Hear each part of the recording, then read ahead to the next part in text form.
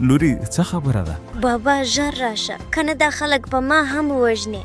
عظمت خپله میرمن او یو میاشتنۍ لور پرېښودله او دوبۍ ته لاړ. هغه وخت د عظمت عمر یوازې 27 کاله و. د کور حالت ډیر خراب و. پلار یې ناروغ و. کشرانو ورونو او خویندو یې زده کړې کولې او د کور لګښت پوره کول ډیر ګران شوي و. همدا لامل و چې عظمت په زړه ډبره کېښوده. دا پرېکړه وکړه چې څو کاله به سخت کار وکړي، پیسې به راټولې کړي او بیا به بیرته راستون شي. کله چې عظمت دوبۍ ته روان شو د هغه میرمنې په سترګو کې اوښکې وې. هغې خپله کوچنۍ لور د عظمت په غېږ کې ورکړه، ورته ویې ویل ژر بیرته راشه، زموږ لور به ستا پیژندنه زده کړي.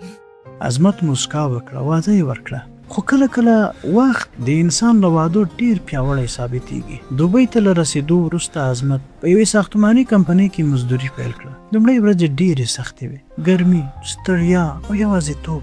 خو هغه دا هر څه وزغمل ځکه د ده په ذهن کې یوازې یو هدف و، د خپلې کورنۍ د ژوند ښه کول. کلونه تیر شول. هغه پیسې لګلې. د کور خلکو به ویل چې لا هم حالت نه دی ښه شوی، لا هم پیسو ته اړتیا ده. کله د خور واده، کله د ورور زده کړې، کله د پلار درملنه. په همدې موده کې د عظمت میرمن به په ټلیفون ډیری وخت ژړل. بیرته راشه، موږ تا ته اړتیا لرو. ده به هغې ته تسلي ورکول. یوه ورځ هغې په ورو غږ ورته وویل ډاکټران وایي زه سرطان لرم. عظمت چې دا خبره واورېده نو لکه ځمکه یې چې له پښو وتښتې. عظمت وویل زه سمدستي ګرځم. په هماغه وخت د کور خلکو عظمت ودراوه. هغوی وویل اوس مه راځه، د علاج لپاره پیسې راولېږه، که ته راشې هر څه به ودرېږي. عظمت مجبور شو. هغه لا ډېر کار پیل کړ. شپه او ورځ به یې کار کاوه، پیسې به یې لېږلې. خو د هغه مېرمنې حالت ورځ تر بلې خرابېده. هغې به په کمزوري غږ ویل ما ته ستا اړتیا ده، یوازې پیسو ته نه. ده به هر ځل هغې ته ډاډ ورکاوه. بیا یوه ورځ ټلیفون راغی. د هغه مېرمن د دې نړۍ څخه تللې. دی لا هم په دوبۍ کې و. حتی عظمت د هغې په وروستیو مراسمو کې هم ګډون ونه شو کړی. په هماغه ورځ هغه ته لومړی ځل احساس وشو چې ما د ژوند تر ټولو لویه تېروتنه کړې ده. وخت تیر شو. د عظمت لور اوس 10 کلنه شوې وه. کله کله به یې ورسره په ټلیفون خبرې کولې، خو ډېری وخت به د کور خلکو ټلیفون پورته کاوه. یوه شپه ناڅاپه د عظمت موبایل ته یو پیغام راغی. بابا زه عایشه یم، د کاکا له ټلیفونه پټ پیغام درته لیږم. د هغه زړه په درزا شو. سمدستي یې ځواب ورکړ لوري څه خبره ده؟ لږه شېبه وروسته د هغې پیغام راغی. بابا ژر راشه کنه دا خلک به ما هم وژنې. د عظمت بدن ولړزېد. سمدستي یې ټلیفون وکړ خو نمبر بند و. هغه شپه یې خوب ونه کړ. د ده په ذهن کې زرګونه پوښتنې ګرځېدې. بله ورځ یې بې له دې چې چاته څه ووایي د افغانستان ټکټ واخیست. 2 ورځې وروسته هغه په کابل هوایي ډګر کې ولاړ و. له 10 کلونو وروسته یې خپله خاوره بیا ولیده. عظمت مستقیم خپل کلي ته لاړ. د کور مخې ته څو شېبې ودرېد. زړه یې په زوره درزېده. دروازه یې وټکوله. کشر ورور یې دروازه خلاصه کړه. هغه چې عظمت ولید حیران شو. ته ناڅاپه؟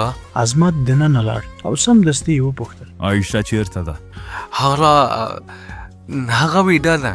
عظمت د هغه په غږ کې دروغ احساس کړل. هغه بې له څه ویلو د کور دننه شو او هره کوټه یې وکتل. ناڅاپه یې د کور له شا څخه د ژړا یو کمزوری غږ واورېد. هغه هلته لاړ. یو کوچنی زیرمتون په شان کوټه وه. دروازه له بهر څخه تړلې وه. هغه دروازه خلاصه کړه او کومه صحنه یې چې ولیده له سترګو یې اوښکې روانې شوې. د هغه 10 کلنه لور په ځمکه ناسته وه. کالي یې زاړه او خیرن وو. مخ یې کمزوری او سترګې یې له ویرې ډکې وې. عظمت یې چې ولید څو شېبې ورته کتل لکه باور یې چې نه کېده. بیا یې چیغه کړه بابا. هغې ورمنډه کړه. د عظمت غېږې ته ورغله او په زوره یې ژړل. بابا ما دلته بندوي، ما ته خواړه هم نه راکوي، وایي که ته مړه شي نو ښه ده. د هغه زړه مات شو. هماغه وخت د عظمت ورور او د هغه ښځه هم راغلل. هغه په غوسه وپوښتل دا څه روان دي؟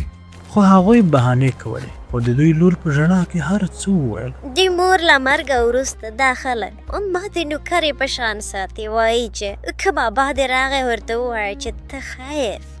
په هغه شیبه هغه ته احساس وشو چې ما خپله لور چاته پرېښې وه. سمدستي یې خپلې لور لاس ونیو. اوس به هېڅوک تا ته لاس هم در نه وړي. ما سره راځه.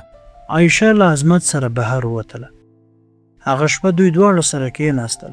هغې د خپلو 10 کلونو یوازیتوب کیسه کوله او دی چوپ ناست و او ژړل یې. سبا سهار یې پرېکړه وکړه، خپل سامان یې راټول کړ او خپله لور یې له ځانه سره ښار ته بوتله. هغه هوډ وکړ چې نور به خپله لور هېڅکله یوازې نه پرېږدم.